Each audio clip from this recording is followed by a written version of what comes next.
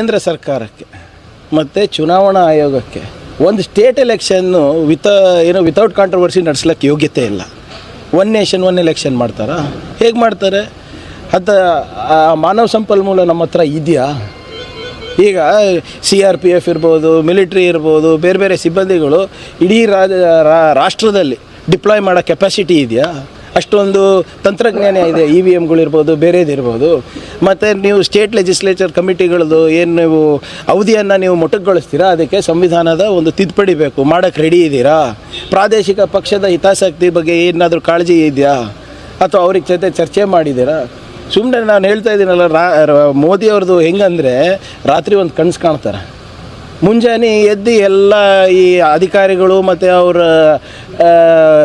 ಪಕ್ಷದವರು ವಾ ಮೋದಿಜಿ ಅಂದ್ಬಿಟ್ಟು ಆ ಕನಸು ನನಸು ಮಾಡಲಿಕ್ಕೆ ಹೋಗ್ತಾರೆ. ಎಕ್ಸಾಂಪಲ್ಲು ಡಿಮಾನಿಟೈಸೇಷನ್ ಇರ್ಬೋದು, GST ಇಂಪ್ಲಿಮೆಂಟೇಷನ್ ಇರ್ಬೋದು. ಈ ಎಲ್ಲ ಮಾಸ್ಟರ್ ಸ್ಟ್ರೋಕ್ಗಳು ವರ್ಕ್ ಆಗಿದೆಯಾ? ಕರೋನಾ ಸಂದರ್ಭದಲ್ಲಿ ಯಾವ ರೀತಿ ಲಾಕ್ಡೌನ್ ಮಾಡಿದ್ರು, ಯಾವ ರೀತಿ ತೆರೆದ್ರು ಗೊತ್ತಿದೆ ಅಲ್ಲ ನಿಮಗೆಲ್ಲರಿಗೂ. Make in India, skill India, digital India ಯಾವುದಾದ್ರೂ ಹಿಟ್ಟಾಗಿದೆಯಾ ಹೇಳ್ರಿ?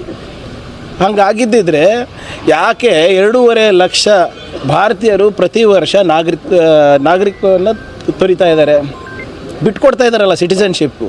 ಯಾಕೆ ಪ್ರತಿ ಗಂಟೆ, ಪ್ರತಿ ಅವರ್ 10 ಜನ ನಮ್ಮ ಭಾರತೀಯರು US ಬಾರ್ಡರ್ನಲ್ಲಿ ಸಿಕ್ಕಾಕೋತಾ ಇದ್ದಾರೆ ಇಲ್ಲೀಗಲ್ ಎಂಟ್ರಿಗೋಸ್ಕರ? ಇದು ನಮ್ಮ ದೇಶದ ಅವಸ್ಥೆ ಇದೆ.